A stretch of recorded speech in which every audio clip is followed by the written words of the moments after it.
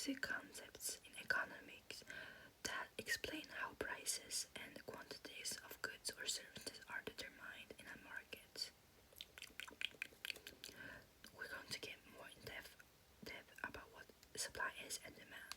Supply. That line wasn't very straight, sorry. So definition is basically the amount of a product or service the producers are willing and able to sell at different prices. So basically, the seller, like you think of your favorite shop, your favorite product to buy, that company is supplying the products. But what causes supply? Well, technology, change in input costs, expectations, and alternative product slash like a changed price. Do you know what input costs are? If you do, comment down below. If you don't, comment down below what is input cost and I can explain it to you. So what is demand?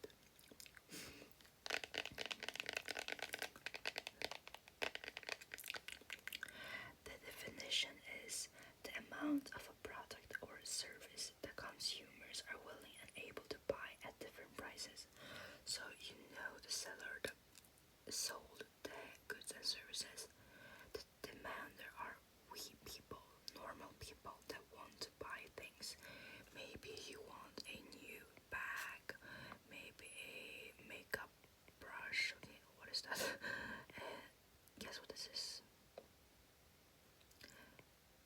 Yeah, lipstick. It looks like a knife, but let's move on. But what causes demand? Change of income, change in consumer taste, change of complements or substitutes, change in expectations, change in population and weather. So, like both for demand and supply, the money cannot directly change the market, and the equilibrium will, which we will later talk about. What is a market and what regulates it? Like we have three different definitions, or how supply meets demand, which you can see on the graph here. Supply, demand, and here is the market basically, where things are bought and sold, like a physical market or online market, and self-regulating invisible hand. This is not like, we can go more in depth about the invisible hand and like different theories and economists that have had their ideas about how the market and economy works through the history. So this is the market graph. So the market equilibrium is basically where supply and demand meets. On the x, what is it called? X line is quantity supply basically. Maybe here's 10 apples, 20 apples, 30 apples, 40 apples, and so on. Here's the price, okay?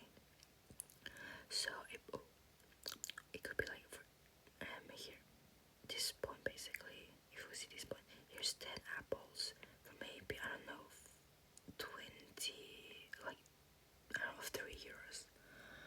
And basically where they meet is the ideal price for both the supplier and the demander. And why is it P1 and Q1? Basically, this graph can change, and therefore a new equilibrium will be made through with quantity 2 and price 2. And I forgot to say it, but it's not perfect. Like the market, it's everything that works in theory never works in practice. You gotta be prepared for like a room of error. So here's an example. Scenario is that the price of ingredients for bread increases. How does this affect the bread market? So you can see the change here in this is the bread market. A market is never like a special brand. For example, lipstick market, that is a market. But your lipstick is a specific specific brand, but doesn't that alone is not the market. Dior lipstick along with YSL lipsticks and so on is the market. Lipsticks. So you can see the supply one is here and demand one is here. Here was the equilibrium, but then supply will move to the left. So a decrease in supply creates a new market from A to B. Here's A, here's B. And the price of ingredients for bread increases, okay? Which means input costs increases for the supplier. So that will mean that it will decrease, because obviously if the input cost increases, then they would want to sell the same amount for more money to keep their annual I don't know what's called, win or victory, like their profit. This leads to a new price here, a new equilibrium. You gotta use the right words for it as well. So here we can see that leads to an increase in price from P1 to P2. It's a typo here. Here's P1, there's P2. I am really sorry about that. That is one, as you can see. And quantity demand from Q1 to Q2.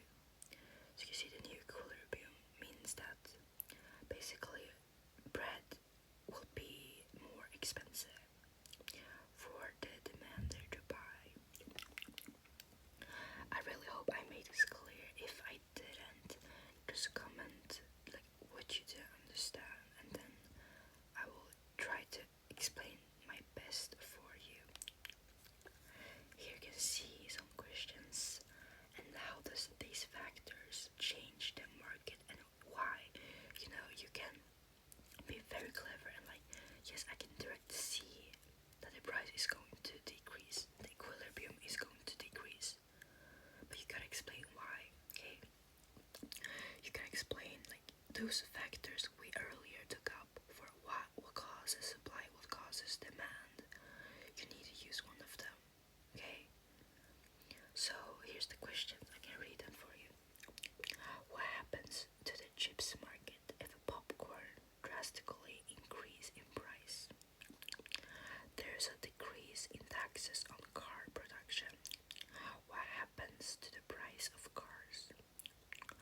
What happens to the taxi market if AI can take over in the future? Like if AI could drive us everywhere. Honestly, it feels like AI is going to take over the world. Like it's going to take over every single job that exists. It's a little bit creepy, but still cool, It's really going to be interesting to see how the world itself evolves with AI and the new stuff it can do. But that are my questions, and I want to add a fourth one, which is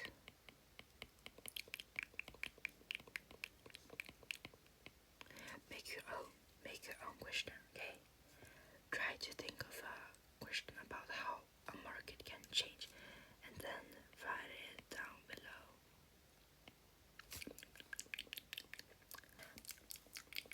Thank you so much for listening. Like and subscribe to be an OG, and if you really enjoyed it, then please leave a comment as well to support my channel and just show me that like you like what I'm doing. But of course, if there's something you don't understand, just write to me and I will answer you, because I really like to answer your